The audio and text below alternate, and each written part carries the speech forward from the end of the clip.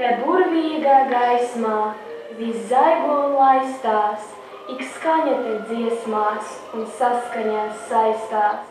No kalnu uz kalnu jāņugunis spīgo, par pļāvām un mēžiem meitenes līgo, līgo.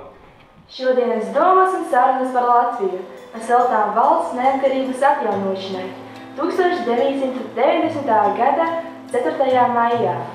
Šo pašu svētāko tu neaizmirsti, vai cēlies debesīs, vai jūras dzīlēs nirsti, vai draugu pulkā dali savu prieku, vai viens pats satiecies ar pretinieku. Tu esi Latvija.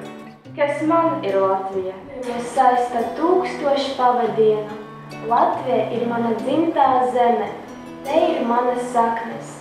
Dzīves ceļi mūs reizēm aizved tālu prom uz kādu citu pasaules malu, bet saknes vienmēr paliek šeit un mūsu sirdīs.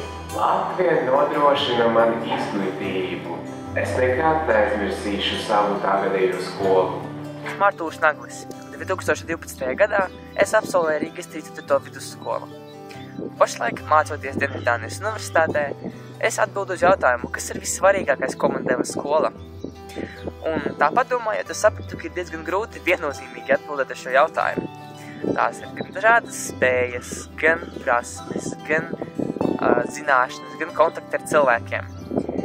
Bet tomēr mēģinot izvēlēties kaut ko vienu, es domāju, ka tieši prasme risināt dažādas problēmas ir vissvarīgākā.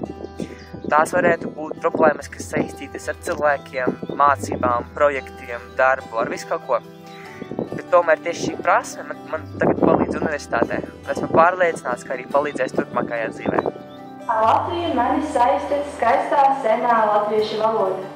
Senajā sanskritā, kas pastāv vairāk nekā 4000 gadu, kā brīnumā atrodam latviešu valodas elementus.